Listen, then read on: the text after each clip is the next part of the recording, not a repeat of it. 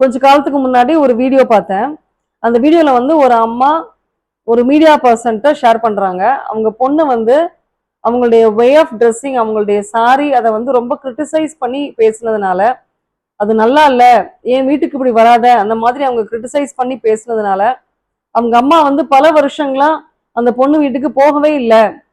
அந்த பொண்ணு கூட பேசுறது இல்ல அப்படின்றத வந்து அவங்க ஷேர் பண்ணியிருந்தாங்க. இது வந்து கிரிட்டிசிசம்க்கு அப்பாற்பட்டது அப்படின்னு நான் நினைக்கிறேன் இந்த செயல். ஏன்னா தலைவலியும் காய்ச்சலும் தனக்கு வந்தாதான் தெரியும் அப்படின்னு சொல்லுவாங்க.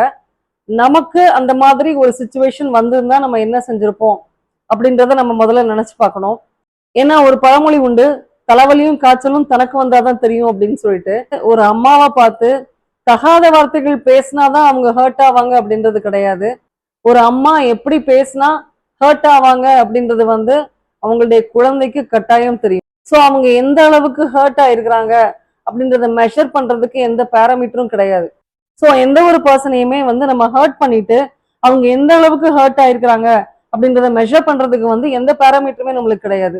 முதல்ல எதுக்காக நம்ம யாரையும் ஹர்ட் பண்றோம்? நம்ம எதிர்பார்க்கறத அவங்க வந்து செய்யறது இல்ல. இல்ல நம்ம எதிர்பார்க்கிற மாதிரி அவங்க இல்ல. இல்ல நம்ம எதிர்பார்க்கிறத விட அவங்க வந்து அதிகப்படியாவே இருக்கிறாங்க. These may be the reasons and other reason may be jealousy, பொறாமை.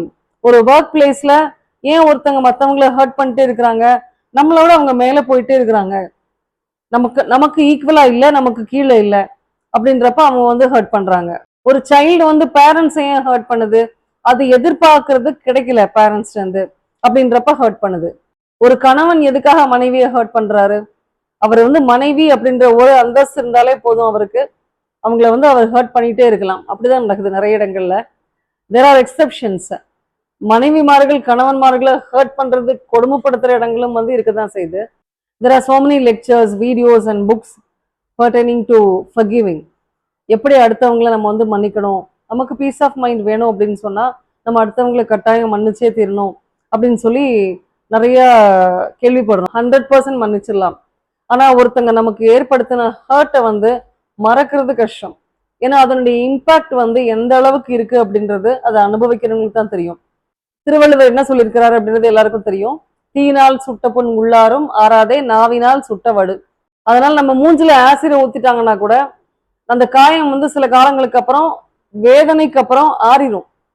ஆனா வார்த்தைகளை வந்து ஆசிடை விட கேவலமா நம்ம மேல வார்த்தைகளை வீசினாங்க அப்படின்னு சொன்னா அந்த காயம் ஆறுவதற்கு சான்ஸே கிடையாது. அதனால forgiving is possible, but I feel forgetting is not possible. This is my personal opinion.